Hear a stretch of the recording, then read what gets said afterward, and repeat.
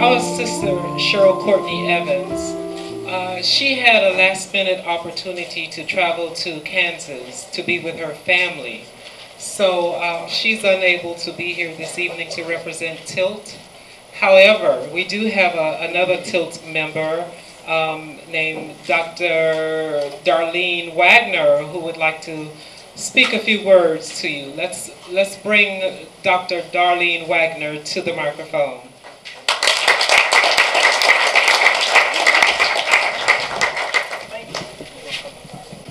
On this day of darkness and sorrow, I want each one of you to look inside yourself at the life breath which does sustain you. Look inside yourself at your thoughts, feelings, and loves as the sum of everything that makes you you. Look inside yourself at what you know to be your truth, a priceless light illuminating this day of darkness and sorrow. The love for ourselves and the love for each other makes us strong as we face a world of insults, exclusion, and violence. Those of us who are transgender, intersexed, or otherwise do not fit the rigidity of the gender mold, we stand as creatures of loveliness and beauty in the midst of nature's unrestricted splendor. On this day of darkness and sorrow, we mourn our sisters and brothers who were murdered, tortured, and or raped by an enemy who commits such atrocities by the dictates of their blindness, lostness, or false religion. This epidemic hatred against those of us who do not fit the gender straitjacket must end. We must make the violence end.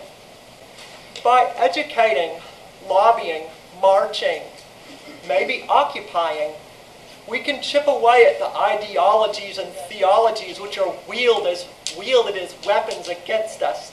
Simply being ourselves, carrying ourselves with confidence, with heads held high. That is a good start. Yet we must move beyond simply saying, "We're here, get used to it," and reach out to one another.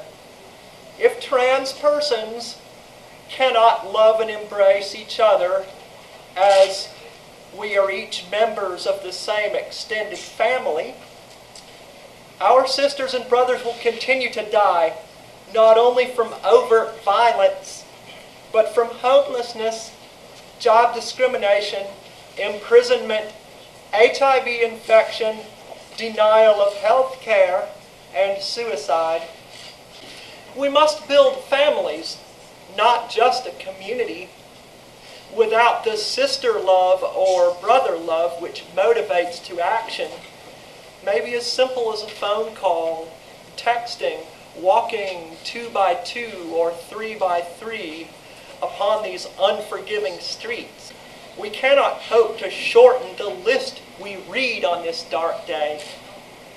Not only must we open our hearts to making family of our sisters and brothers, we must open our eyes to those of us who are vulnerable, those of us who are the most vulnerable, transgender African Americans and gender non-conforming youth forced out of obtaining their education because of bullying.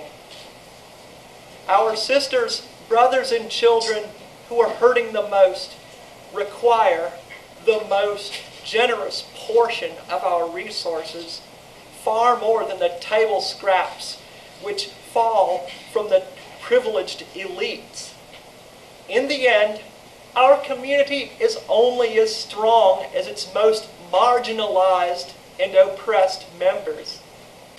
Be mindful that if we as trans persons and intersexed and gender non-conforming persons, if we do not love one another, particularly the ones among us we may think are unattractive, the enemies who hate us will never experience a change of heart.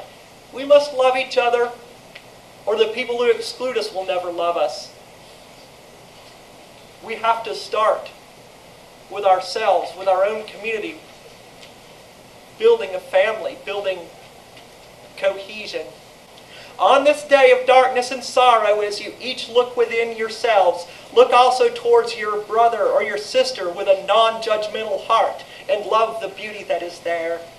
Do everything you can to keep your sister or brother safe, for love is action, not just feeling.